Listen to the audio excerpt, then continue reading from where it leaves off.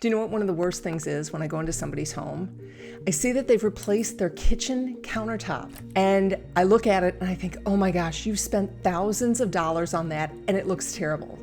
And the reason it looks terrible is because their kitchen is still old. I hate this. I hate this update. This is like my least favorite, is replacing countertops in old kitchens. Many of you out there I know are thinking, I am not going to call a real estate agent in until I am ready to go on the market. And so you do all of these things, you do all these updates, you spend all this money on things that are not going to get you a return. So I know you're watching all these YouTube channels probably because you're thinking, I don't need an agent yet, I don't want to bring somebody in, I don't want to talk to them. So then you're making these decisions that are costing you a ton of money.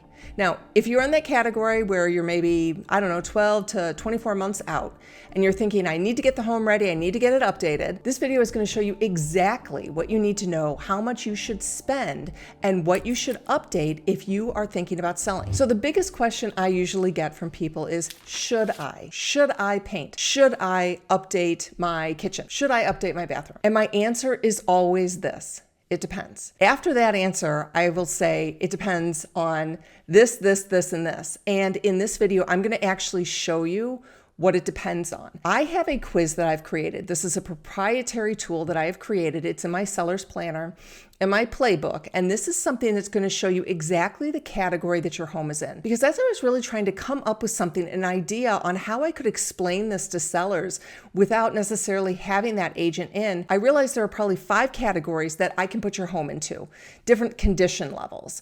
And from there, depending on what category your home is in, you're going to know what you need to update and how much you should update, a percentage, an actual percentage. Now, like I said, you can jump into it and go into my seller's planner playbook. You can wait until the end of the video and really tie it all together. But this is something you really need to know, because if you reach out to me, if you're posting in my Facebook group asking questions, you will hear from me, but mostly from the other members of the group, and they will say something like, what category is your home in?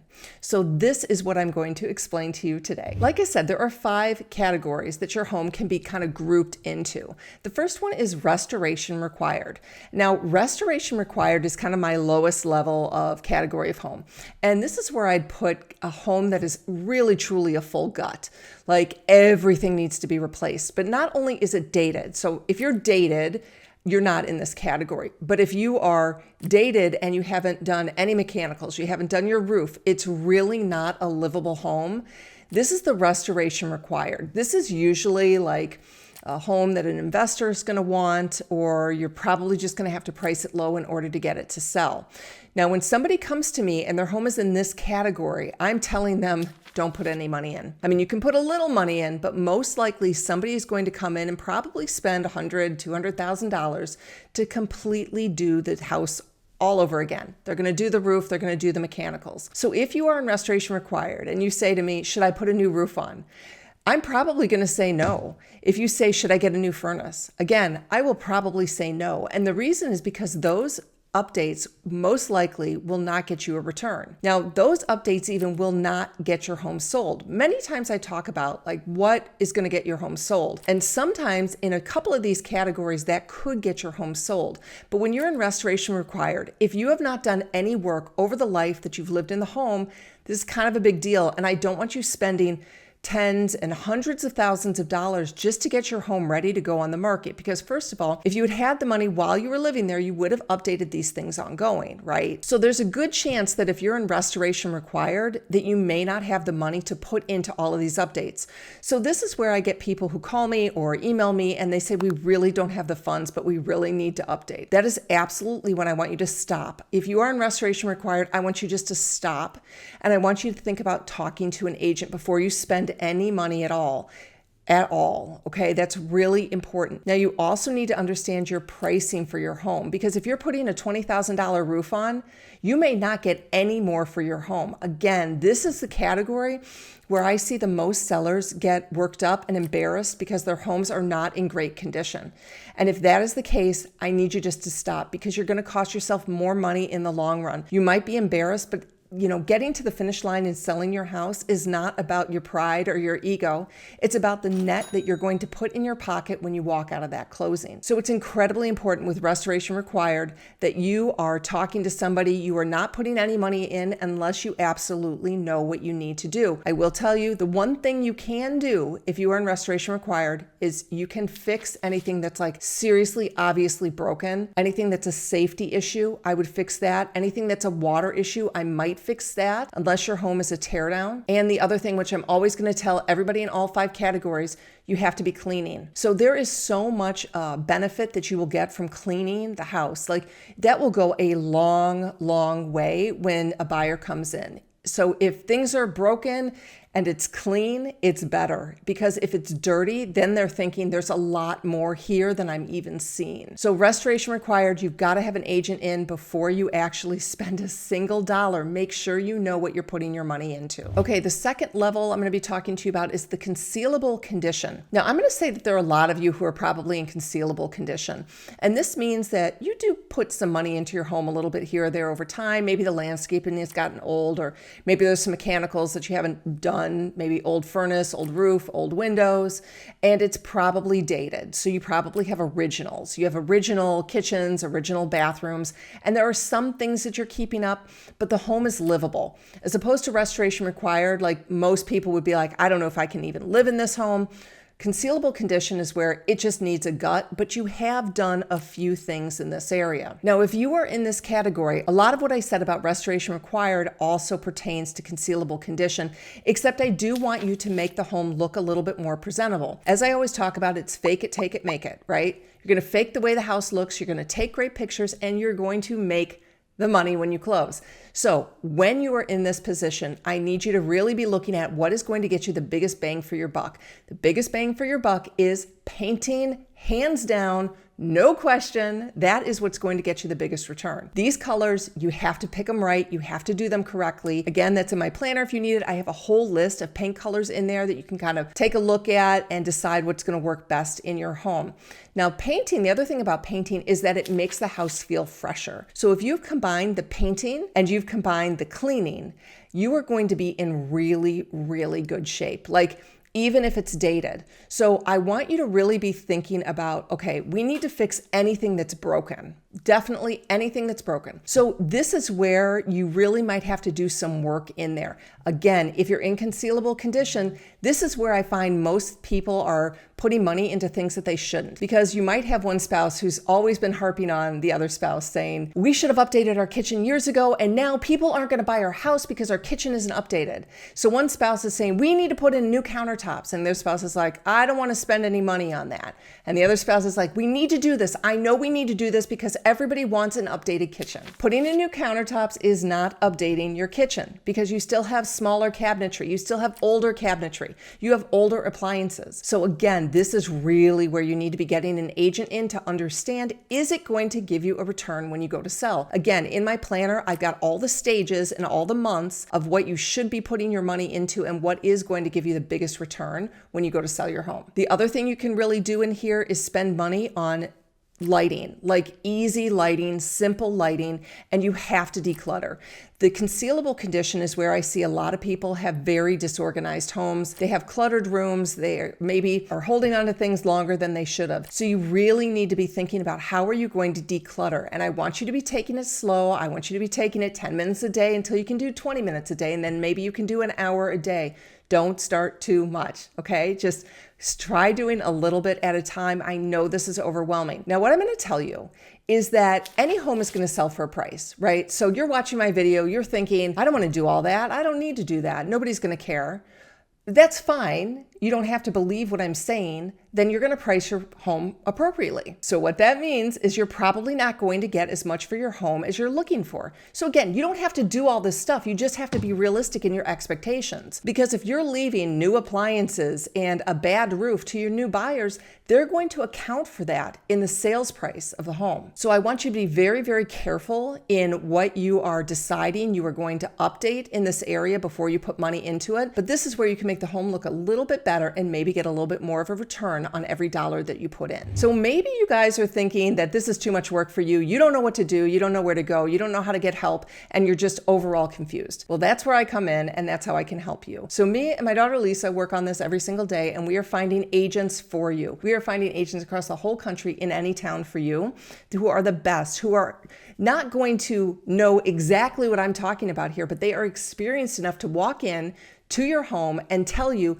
you need to update this is going to get you a return, and this is not. But you need to talk to somebody sooner rather than later before you put in that money, and all you guys need to do is go and fill out my form at katispaniak.com, use the QR code, or the link is in the description, and we will get on it within the next 48 hours. You'll have an agent who can come to your house and tell you what you should update. Think about this. This is a free resource to you. You do not pay for this service. So go ahead, click on the link and reach out to me, and we've got you. We are going to get somebody out to your house as soon as possible to make sure you're not spending too much money when you're going to sell your home. Okay, the third category, surface shine. Now, I say this is my least favorite category. And I say this because it's the faker outer category. Now, this usually means that the kitchen maybe has been updated, the bathrooms are updated, maybe the house looks okay, but no mechanicals have been done. So the furnace is super old, the roof is very old, there's a lot of deferred maintenance on the house, the outside doesn't look great. So somebody walks in and they say, wow, this house looks great, and then they make an offer. Now, this is where, if your home is in surface shine, you have to be super careful about the inspection, because many times these buyers are going to ask you for a credit, or the deal is going to fall through because there's too much work. Because they walk into the house, they get emotional. You've made them excited. Maybe you've staged it. Maybe you've kind of faked them out a little too much. And then when the inspection comes in, there's another $50,000 of work that needs to be done that they didn't know. So when somebody's coming into your house and I say fake it, I don't mean fake out what the problems are. I mean make it look a little bit better. Make it look like a hotel room. I don't mean lie about the house. And so some people think, oh, well, because the kitchen looks great, I don't need to do this other stuff. That is faking them out, not in a good way. And that is going to make them readdress or reassess how much they're going to actually spend on the home. And that's when they walk away or ask you for a very large credit. So the surface shine category, if you are in this category and you've got updated kitchens, maybe bathrooms, things like that, you really need to start looking at the inspection items. Now, I hear all the time from people, should I get an inspection before I list my house? And I always say, it depends. So it does depend. If you are in the restoration required or the concealable condition categories, I'm going to say no. And the reason why is because there's going to be a lot of stuff on there that it's probably better off that you just do not know. Because if you find something in that inspection that is a disclosure item, you're either going to have to fix it or you're going to have to disclose it. So if you've been doing this over time and you've been making updates and fixes over time, the inspection isn't going to be bad. It's when you haven't touched your house and you haven't done anything that I really don't love it, because it can really put you at a disadvantage when you go to sell your home. And you may not already have the money. Like, you're already thinking, how am I going to even spend the money to get the house ready? And then you do an inspection and now you've got disclosure items and you're thinking, now I really have to spend this money, which I don't have. Now, if you are in surface shine category, this is where I might start to say, okay, maybe you do want an inspection. Like, if you've put money into the interior where it looks great, maybe you do want an inspection, because if there is something there, yeah, you're going to fix it. Maybe. You have to really decide, if you find something, would you fix it? The other question I always ask is, if you found this out while you're living there not selling, would you fix it for yourselves? So that's a great indicator of whether or not you should have an inspection or not before you list your home. Because if you're going to have an inspection and you're like, oh, that's a real big problem, yeah, I'm going to fix that because I would fix that if I was living here. So the surface shine category is kind of there in the middle. It can be the one that gives you surprises during the inspection. And I just don't love it because you've done parts of things, but maybe not parts of others. So that one is also really important to have an agent in, where you're talking about pricing the home correctly and giving the ages of the furnaces, giving the ages of the roof. So when somebody actually comes in to write you an offer, they've taken into consideration that the roof is at the end of its life, or the furnace is at the end of its life. The worst thing you can do is have them come in, they've wrote you this great offer, and then you tell them, oh, the furnace is 30 years old. You know, that's a problem. So it's better if you are just disclosing that all up front, letting them know, and then they write the offer based upon that. So unpolished potential is my next category, and this is my absolute favorite. And the reason I love this is because I go into one of these homes and I feel like, gosh, there's so much potential here. This house could be amazing. And usually this home, I'm going to tell you, is usually a little dated. So when I talk about dated, I don't mean old. I mean maybe the kitchen is 10 years old, maybe the bathrooms are 10 years old, the layout is solid. There's just a lot of opportunity in this home. Maybe it's in a great location. It is super, super clean, and there's nothing to repair. Nothing. All of the mechanicals have been updated. The roof is newer, the furnace is newer, the air conditioning is newer. It's in great shape. There's nothing that looks bad. The landscaping's done. Now, it may not be like this amazing, beautiful home, but when people walk in, they love it. They're like, I feel the energy here. I feel the love here. I feel how well cared for this home really is. So they get that in the energy. And this is where you have the opportunity to make the most return on your money. Now, when you're in an unpolished potential, the reason you're in an unpolished potential is because you've been doing everything over time. It's very hard to be in a concealable condition and then move up to unpolished potential just by replacing a few things here or there. These are the homeowners that walk around their house and they look and they see something out of place or something broken, and they spend $200 to have a handyman come over and just fix that one little thing. I will tell you, this is the way we are in my family. My husband is always finding little tiny things that really need to be fixed, but it adds to the value of the home over time. If we were only going to do this stuff right when we went on the market, it would be way too costly. Take care of stuff now and spend a little money, a little bit of time dealing with it now. It saves you from spending a lot of money and a lot of headaches later when something gets out of control and broken. So this is where I really want you to think about trying to become an unpolished potential, is putting money into your home every single month. That's creating a budget. That's saying, hey, I'm going to spend, $10,000 a year on maintenance for my home, $5,000, whatever it is. That's got to include cleaning. It's got to include any deferred maintenance. But I don't want you to think that you have to update your kitchens and your bathrooms in order to get the most amount of money. This category is where you can get the most amount of money because there is the biggest upside to fake it. So what I mean by that is this is where you want to make sure your paint looks great. You want to make sure you stage. You either bring in new furniture or you have your furniture laid out well. You have to declutter. This is where your opportunity lies, in making your house look absolutely like a young buyer or a new buyer would love to see it. These are the homes that usually get multiple offers, and I will tell you, most of the people who are in these homes don't see this as an emotional transaction. They see this as an economic investment. So they understand their home is only worth a certain amount. They're not trying to overprice it. They're not trying to get out every single dollar because they believe their home is the place that they have lived and they have loved it. And they've taken really good care of it, and they understand there is somewhat of an upside on the other end. This is where strategic pricing really comes in with your agent to make sure you're maximizing both your appraised value and your market value. Now, the way you do that is not just you figuring it out. I know sometimes I give you guys way too much stuff, way too much homework, and then you get in the weeds. This is really where you should be relying on that expert agent. Remember, an expert agent has over 150 transactions, I believe, in the last 5 years. It's kind of my rule of thumb.